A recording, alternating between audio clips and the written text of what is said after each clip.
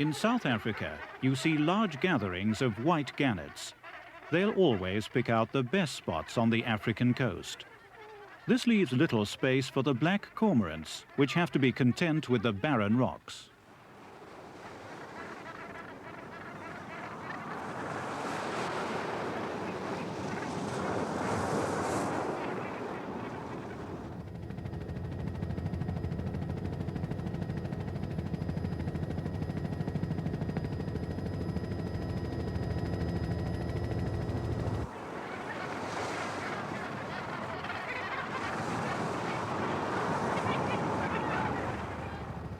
Save cormorants and gannets, nobody in his right mind used to show any interest in this storm-beaten tip of the Black Continent.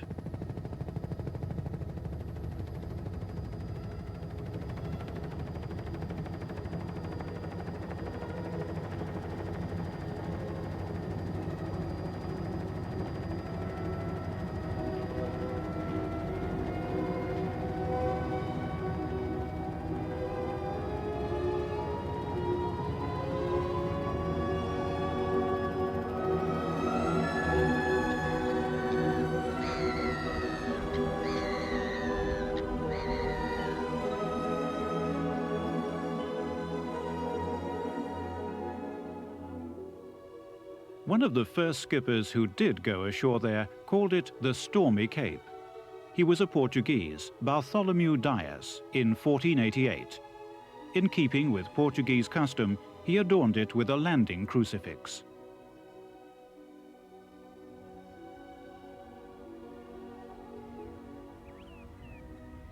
The Portuguese at home believed that the name Stormy Cape sounded too negative, since passing this point should raise one's hopes of reaching the wealth of Asia, and so they changed it to Cape of Good Hope.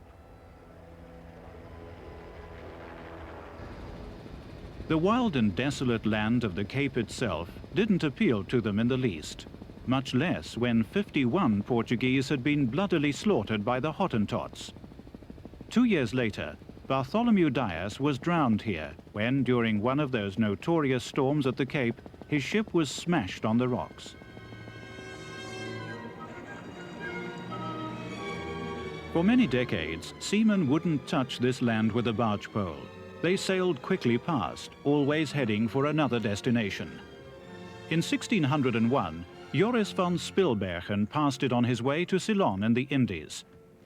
When his telescope picked out the strangely flattened mountain range in the distance, it was he who decided to call it Table Mountain.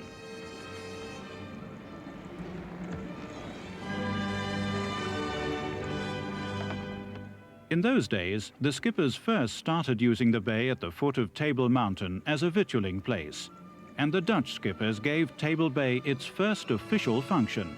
They turned it into a post office.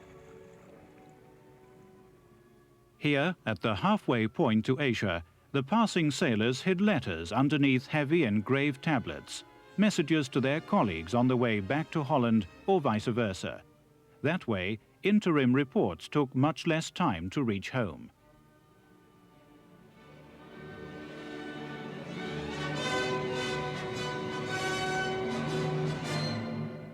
Hier achter mij ligt Kaap de Goede Hoop.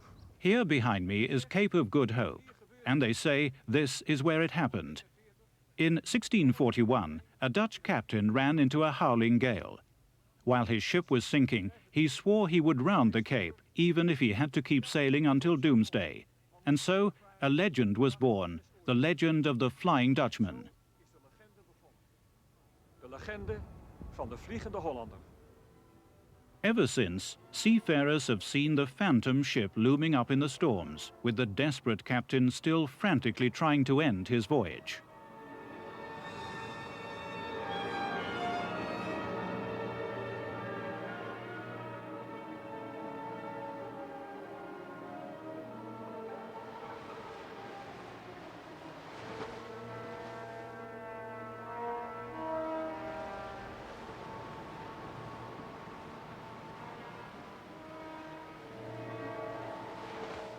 From post office to tavern is only a small step.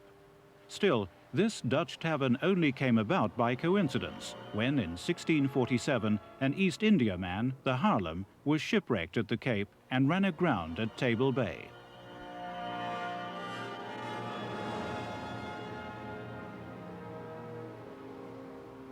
The surviving men didn't stop to lament.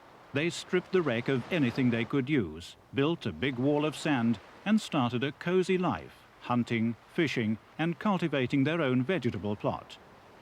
It was 6 months before another ship came along to rescue them.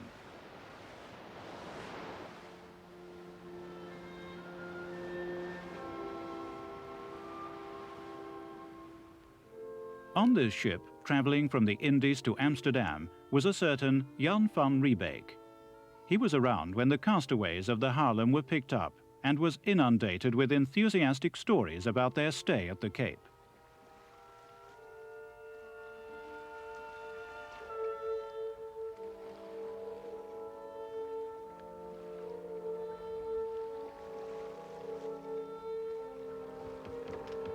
Jan van Riebeek was 30 years old. He was born near Utrecht and had graduated from medical school. But he soon discovered that if a man really wanted to get on in the world, he shouldn't be a doctor, but go into the merchant trade. His talents didn't go unnoticed, and so he rose from the ranks, from an assistant clerk in Sumatra to deputy merchant trader in Japan, and then chief merchant in China. But when he was falsely accused of corruption, he resigned from the company and returned to Amsterdam.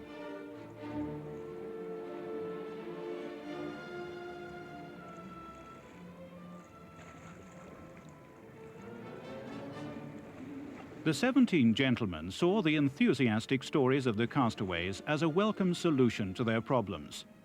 For a long time, they had been looking for a good victualling stop for the company's trade vessels. The Cape now seemed to provide the answer.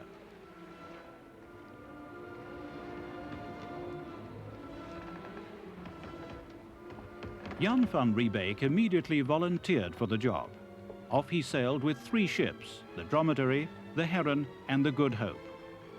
On April the 5th, 1652, the first mate earned himself 8 Spanish silver crowns by being the first to spot Table Mountain. One day later, the Dromedary dropped anchor and the men disembarked to choose a convenient site to set up their tavern on the Cape.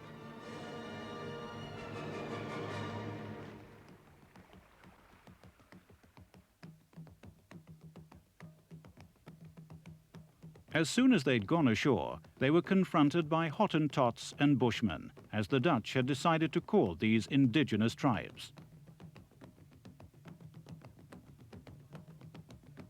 Their language sounded like gobbling turkeys and total gibberish to Dutch ears, but with a lot of gesticulating and exchanging of gifts, a friendly relationship was established, with mutual advantages for both parties.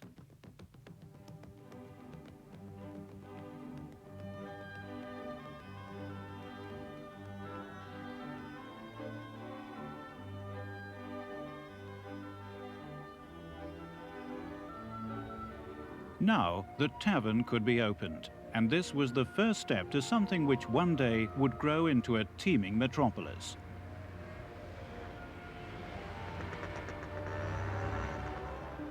Jan van Riebeek really got cracking. In next to no time, ships from all over the world were making use of the refreshment facilities offered here.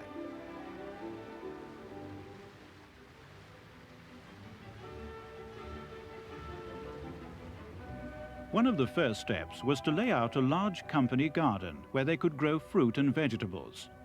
Jan van Riebeek had straight away cottoned on to the idea that, as the innkeeper of the Cape, he had to be entirely self-supporting.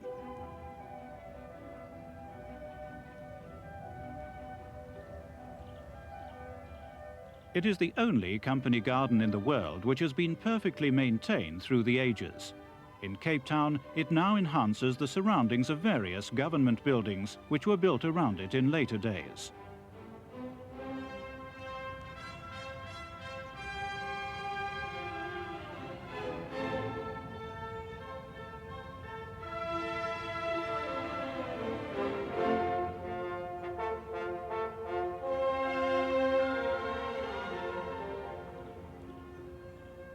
"He who wants to get on will never shun trouble," was Van Riebeek's favorite saying.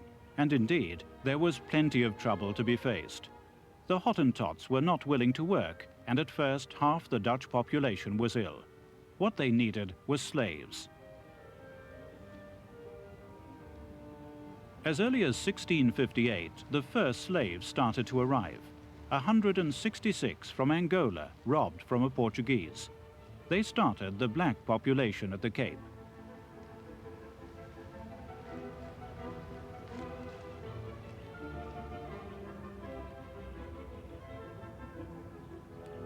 In those days, they started channeling the water coming down from the mountains. It was used to irrigate the gardens and fields and collected in an enormous reservoir. This reservoir also provided fresh water for the ships.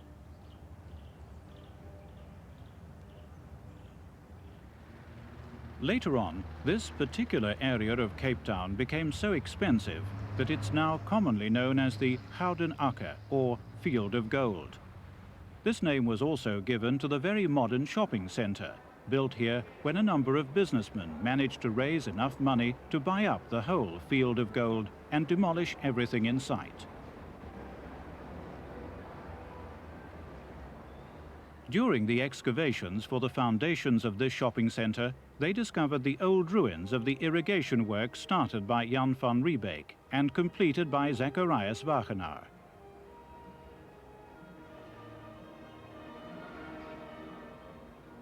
They were carefully uncovered and declared a national monument, as they're the oldest surviving Dutch construction in the whole of South Africa.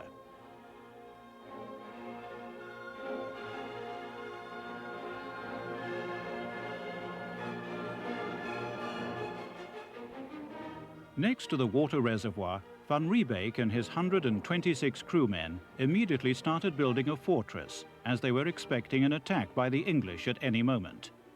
It started off as a fortification made of sand and turf, and it was finished in 6 weeks. They called it Fort Good Hope.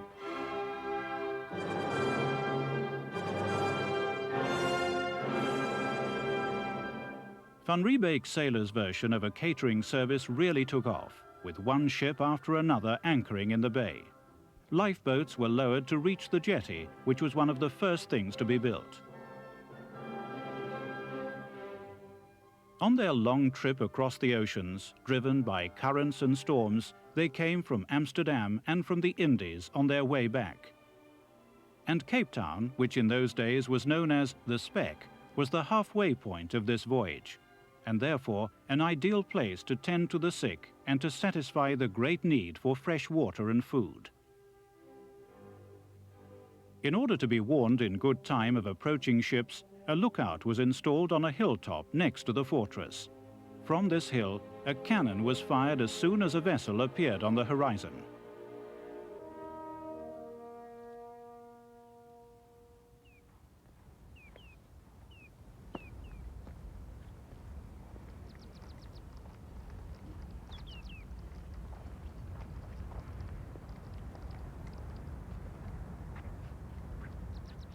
It is still called Signal Hill, and the tradition is that every day, exactly at noon, the cannon is automatically fired, ship or no ship.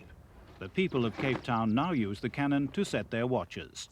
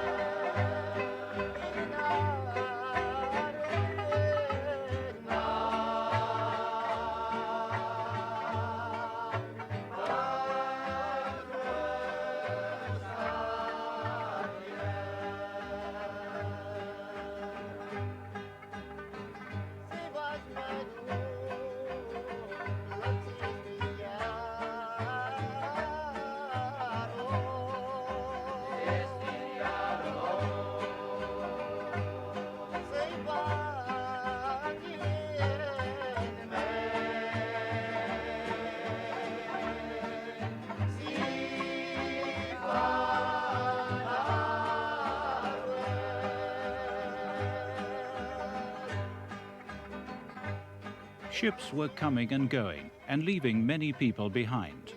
And so the population was already beginning to show signs of a division into three main groups: white, black and colored people. Political exiles arrived and convicts who were put to hard labor. Ex-convicts were often employed to oversee the slaves. They were called Kafirs, after an Arabic word meaning infidel, and as these guards were generally disliked, the word Kafir soon became an abuse.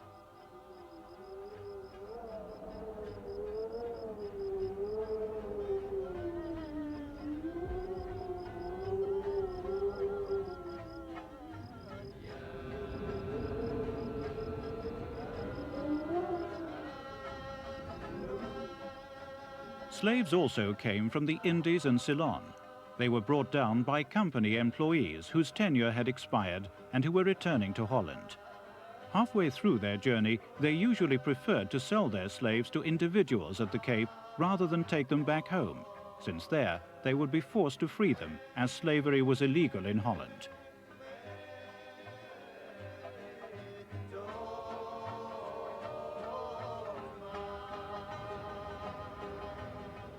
The first European arriving here could never have guessed the possibilities of this desolate piece of land behind the stormy Cape. If Bartholomew Dias hadn't disappeared to the bottom of the sea, but had camped out here for 6 months, like the castaways of the Haarlem, this might have been a Portuguese city.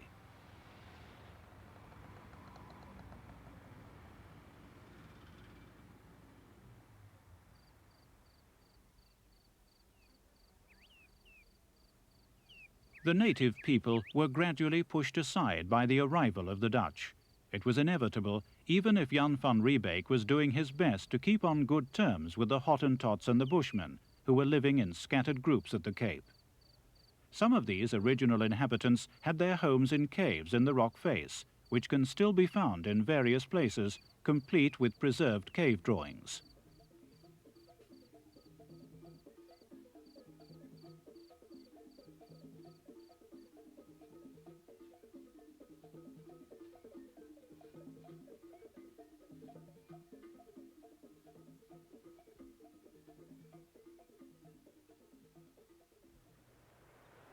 The Bushmen mainly lived by hunting and raising cattle, which they stole from other tribes and later from Dutch farmers. The Hottentots were nomadic cattle drovers who provided the Dutch with fresh meat, especially during the initial period. There was one company law which applied to all employees of the Dutch East India Company all over the world, that no violence, mockery, indignity or deceit must ever be inflicted on a native. And van Riebeek abided strictly by this law. His family even adopted a 10-year-old niece of a tribal chief to give her a Dutch upbringing. This girl, Eva, later made herself very useful as a translator and mediator in confrontations with belligerent Bushmen.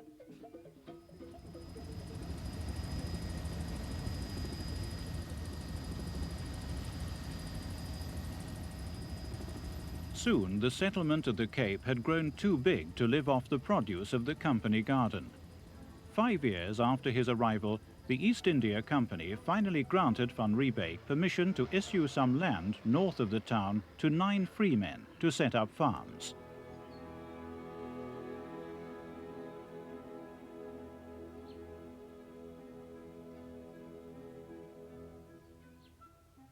These 9 people came from small Dutch country villages and were the first Boers in South Africa. They proudly called themselves the Boers of van Riebeek. Now, there were 2 different kinds of immigrants at the Cape: clerks and officials employed by the company, and freemen. It was hard work for little reward. They had to cope with lack of manpower, gales, failed crops, locusts, bushmen, and despair. But they persevered with the same tough tenacity of all the Boers who followed them.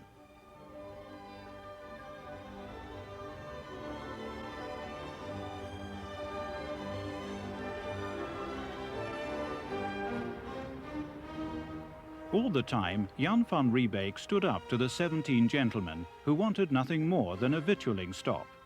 To him, this vast country seemed to have unlimited possibilities for it to become a prosperous colony.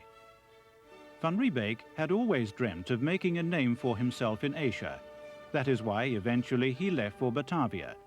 He never realized that he had already succeeded in immortalizing himself and that his name was to be linked forever with South Africa as the founder of the tavern at Table Bay.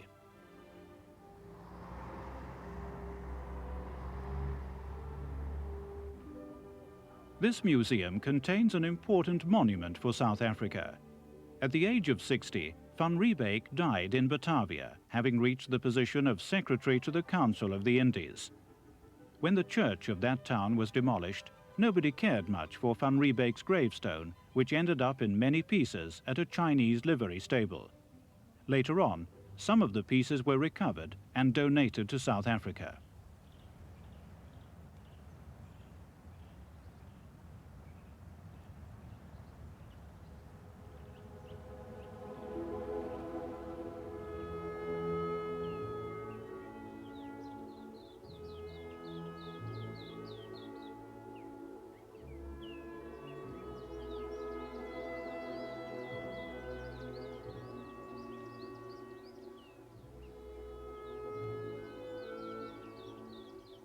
The Dutch advance in South Africa was well on the way when, in 1679, Simon van der Stel became the next governor in line for what was to be a 20-year period.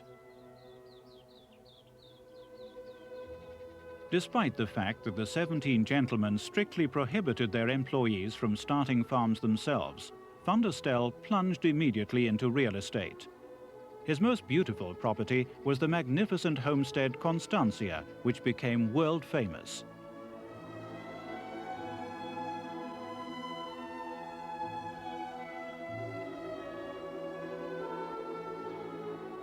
Constantia owed its fame mainly to the hard labor of slaves who were housed in the cellars underneath the large homestead. When van der Stel arrived at the Cape, the average price of a black slave was about 250 guilders. This was far too expensive for the ordinary freeman. They could afford 1 or 2 slaves at the most, but the company officials, who had all kinds of ways to get hold of extra dividends, could keep dozens of slaves.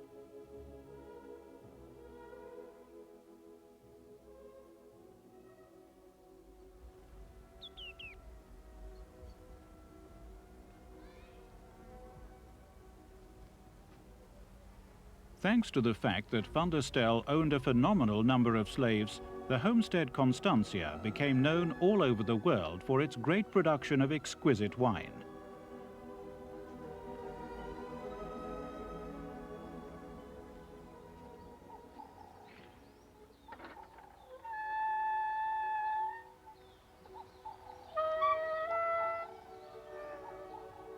The Dutch had quickly discovered that South Africa's climate was ideal for wine production, and they imported various kinds of grapes.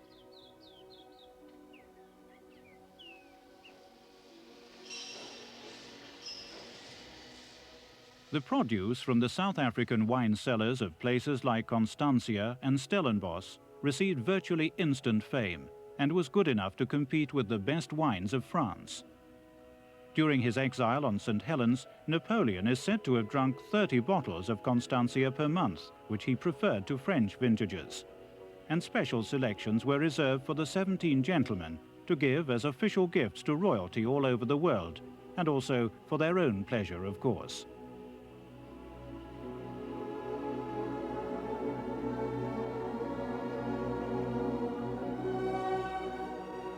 The whole area behind Table Mountain proved to be particularly suitable for wine and agriculture.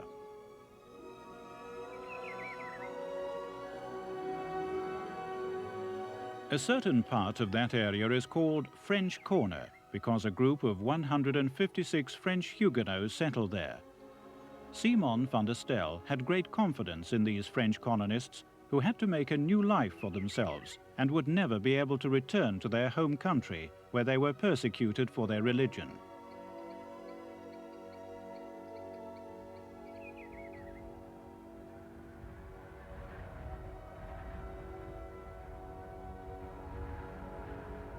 Just out of Table Bay, the wind was liable suddenly to drop, causing ships to run on the rocks. The incoming ships could also be badly damaged by sudden northwesterly gales. They set up dockyards in a woody bay south of Cape Town called Hout Bay, or Timber Bay, as the timber for the masts stood immediately to hand. Wood was needed not only for ship repair, but also for all the construction works going on in Cape Town and for the colonists behind Table Mountain, and so whole areas were badly deforested. Simon van der Stel loved trees, and to prevent the entire peninsula from becoming a desert, he had new trees planted on a gigantic scale.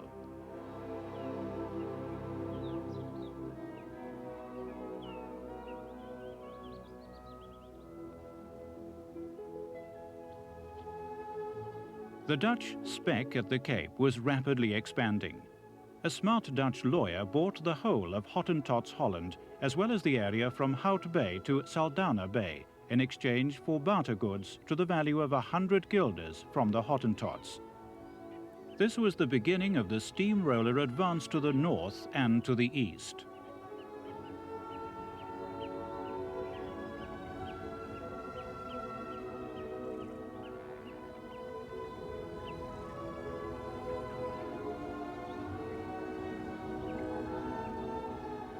The story of South Africa tells of free men and colonists pressing on further and further from the bridgehead at the Cape with their ox carts and all their worldly goods into the immeasurable and desolate space behind it.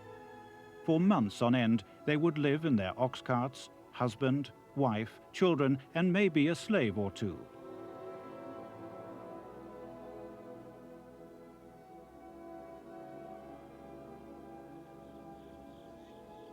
And they settled everywhere, far from the beaten track, one family per 6 square miles.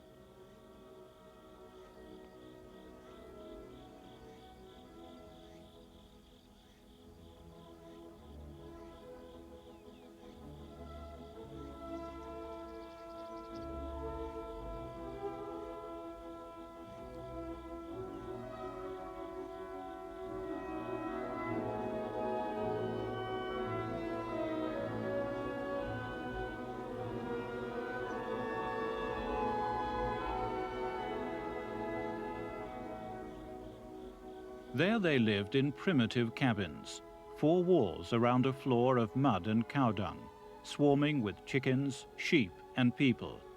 It was a meager existence, but they were happy. They were free and independent.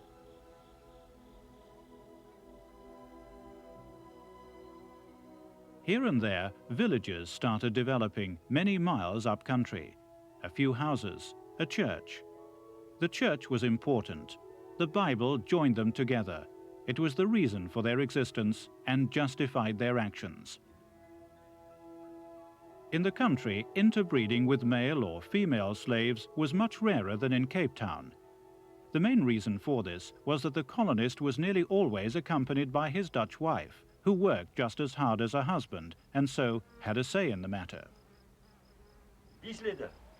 Hij zou om die slot mee op te sluiten. Dat is die sleutel wat je huis toe vat nadat je nou die slot toegesluit hebt. En hij werkt nou zo, je weet. Je steekt hem zo in, tel je hem waterpas op en dan trek je hier die ene uit. En daar gaan je deur op. Je ziet. En hierdie ene steek maar net, zijn punt steekt net in die kusijn in. Je ziet. En dat is maar al wat die deur hou vast. Je weet. Zo, je kan hier die slot allemaal op namaken, je weet, om in te breken.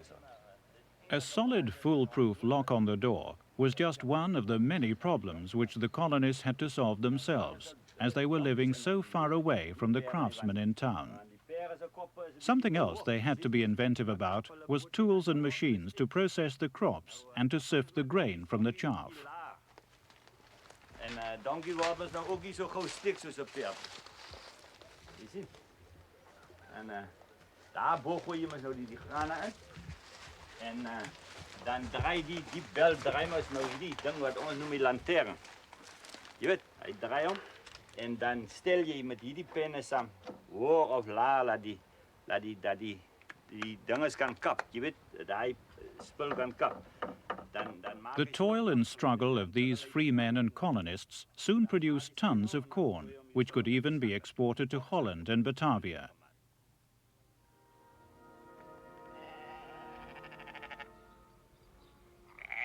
Livestock were also very important to the colonists.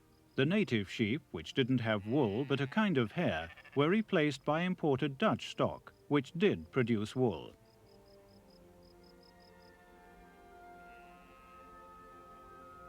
Apart from the number of agricultural farmers, cattle breeders were increasing dramatically under Van der Stel. They were real nomadic farmers, moving their stocks deeper and deeper into the country. Every farmer's son inherited a stock of his own and drove it further inland. That way, the migrating farmers were pushing the colony's boundaries ever further outward, year after year, further and further away from Cape Town. Nevertheless, Cape Town remained the center of trade and the stronghold of Dutch power.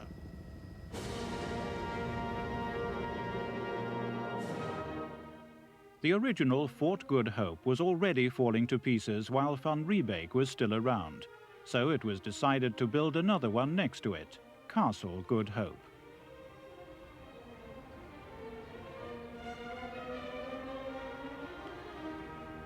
For 5 years, soldiers and slaves have slogged away on this castle of blue rock stone with 5 bastions, each about 8 meters high.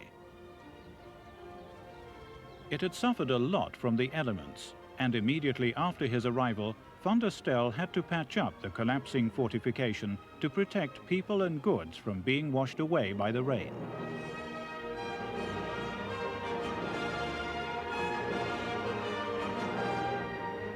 This was where the East India Company, the governor, and the officials ruled. A bureaucracy against which the free men, the colonists, and the Boers in the outback started to rebel.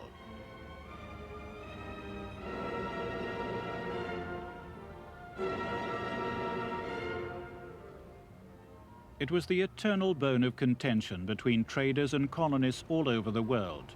All that the company wanted in South Africa was a victualling stop. The colonists wanted to colonize, to start a new life in a new country.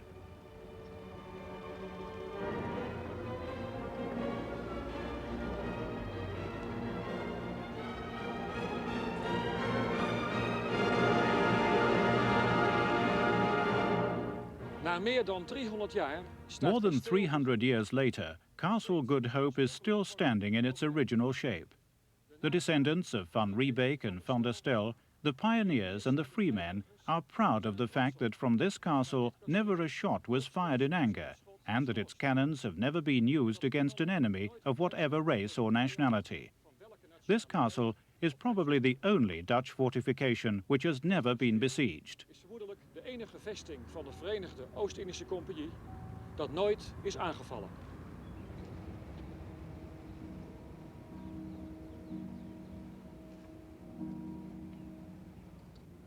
The colonists too knew better than to attack the castle. Nevertheless, they continually provided the government of the Cape with major problems.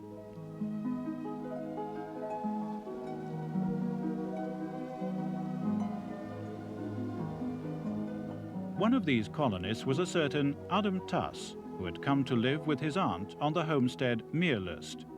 It didn't take him long to discover that the most fertile land just behind the Cape was exclusively owned by the governor himself and a handful of high officials and friends.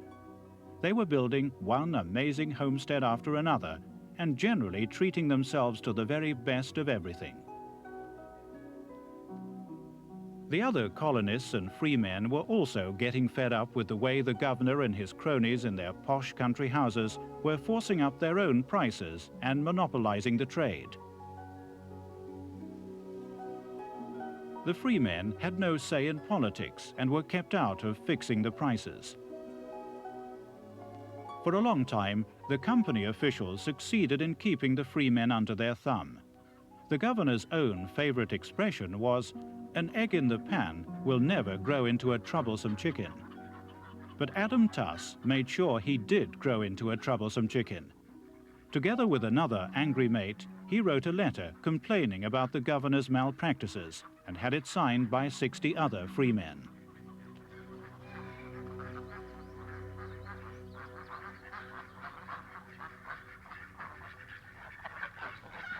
Unfortunately, the governor managed to intercept this document, and Adam Tuss and some of his comrades disappeared for a year into the dark hole, as the goal of Castle Good Hope was called.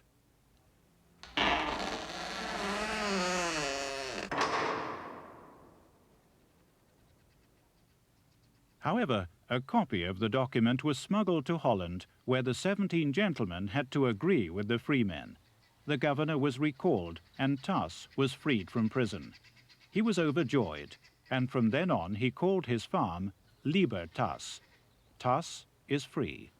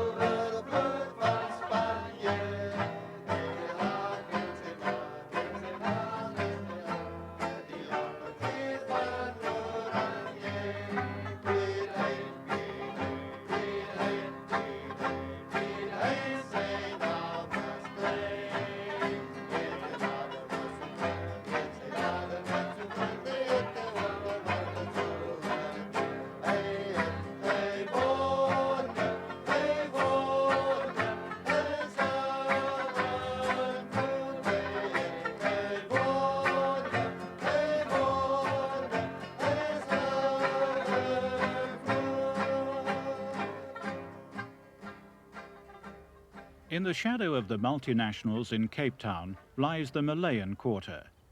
The Malays had come to South Africa as early as the 17th century. Besides slaves, they were mainly political exiles from Batavia, Ceylon and Makassar. They were Muslims and they had their own mosque.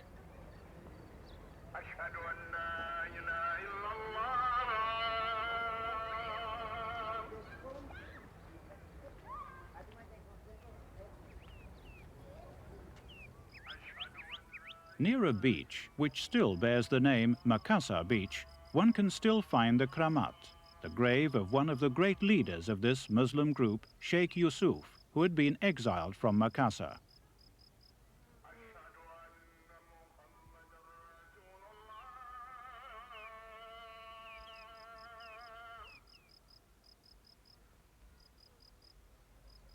It was under British rule that Malays, other Asian people, and the light-coloured Hottentots and Bushmen were officially joined together in one and the same category of coloured people.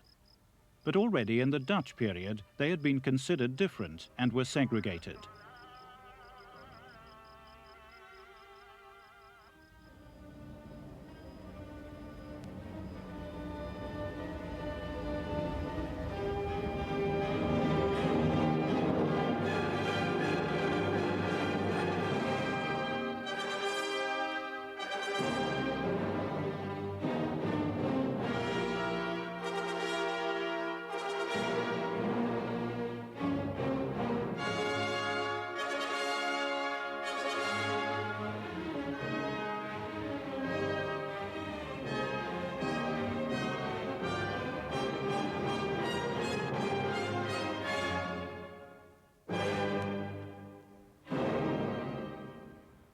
Amidst the modern architecture of Cape Town stands the Koopmans de Wet house, built there in 1700 by a Dutch silversmith and elaborately embellished and extended by its later owners.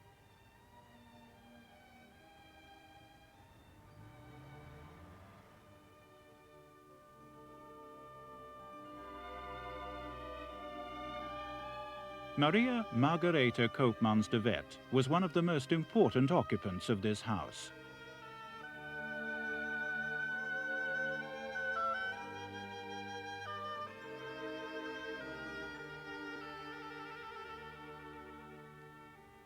She was a rampant advocate of the retention of the Dutch language, which was rapidly degenerating into Afrikaans, with its typical double negatives and simplified verbal forms. This happened mainly as a result of the isolated life of the freemen in the country, and the inevitable simplification due to the daily struggle to survive.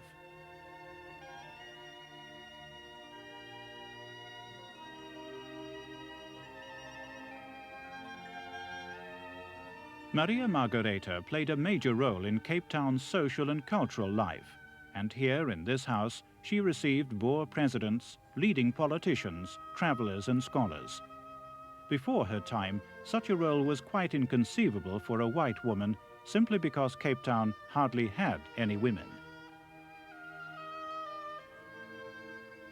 There was such a desperate shortage of white women that a Dutch girl who arrived disguised as a sailor received at least 20 proposals as soon as it was discovered she was a girl.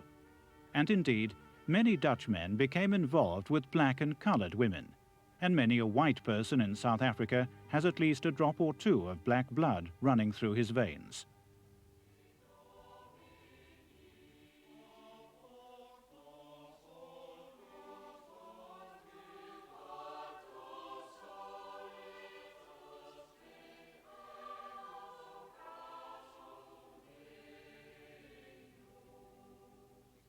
Van Riebeek had brought the old Dutch authorized version of the Bible along.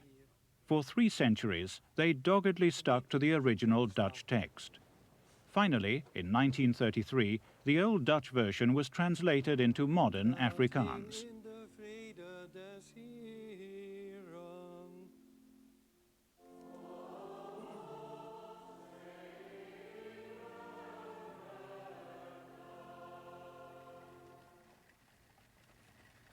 Bible in hand, biltong under the saddle, and musket at the shoulder, they drove their wagons deeper and deeper into the country. Ahead of them, an unknown world with unexpected obstacles.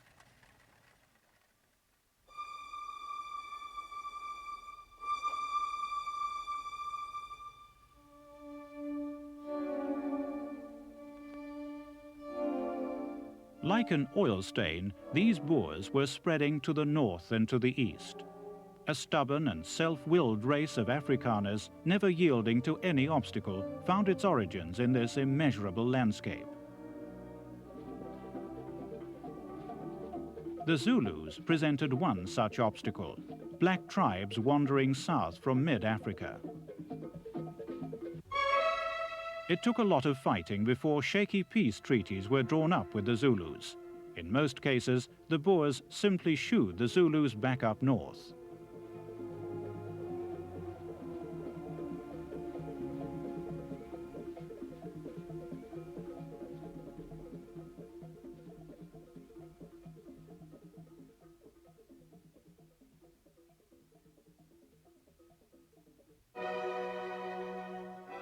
The Boer's monument looks as stubborn and unyielding as the people it is dedicated to. The ox cart symbolizes the Great Trek.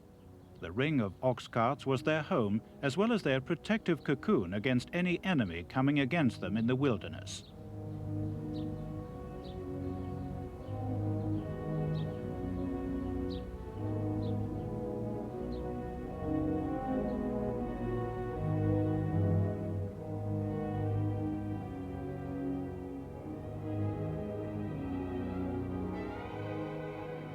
The struggle between Boers and Zulus is depicted on gigantic murals, culminating in the horrific battle at the Blood River.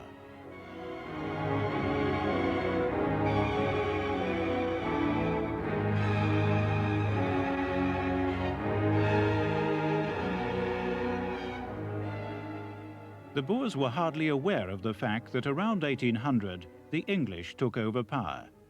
When they finally found out, it meant the Boer War.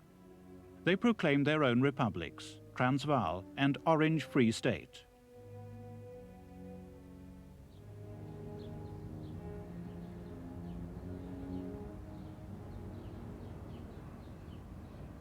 What these unyielding Boers wanted most of all was to be left alone with their Bible, their Dutch traditions and their Dutch flag, even if they had to succumb to British superiority in the end.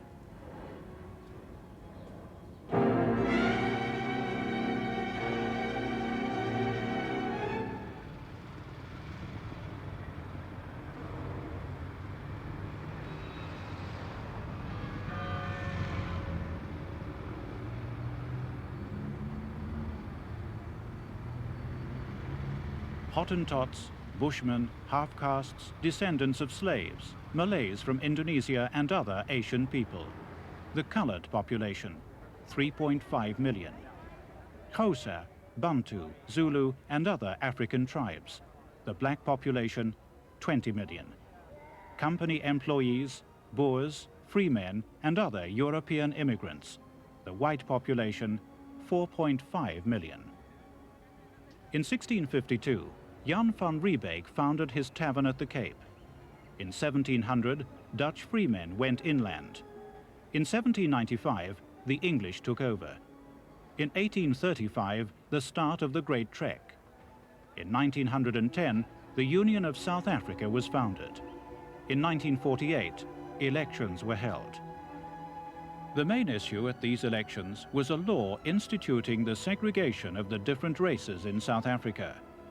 The National Party saw this law as the only way to safeguard the survival of the white people of South Africa.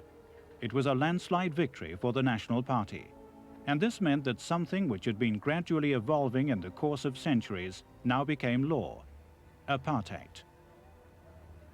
The tavern at Table Bay has expanded into a large hotel, lodging millions of guests of every race and color. The majority, however, never gets any further than the back door. Apartheid.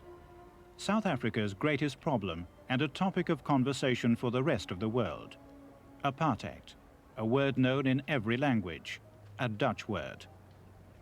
4.5 million whites to 20 million blacks. Yet, South Africa has never had a black president. Without realizing it, the Dutch East India Company sowed the seed for this unreasonable balance of power. The Dutch were already discriminating between officials and free men, between the free, the unfree, and the slaves. White, colored, and black.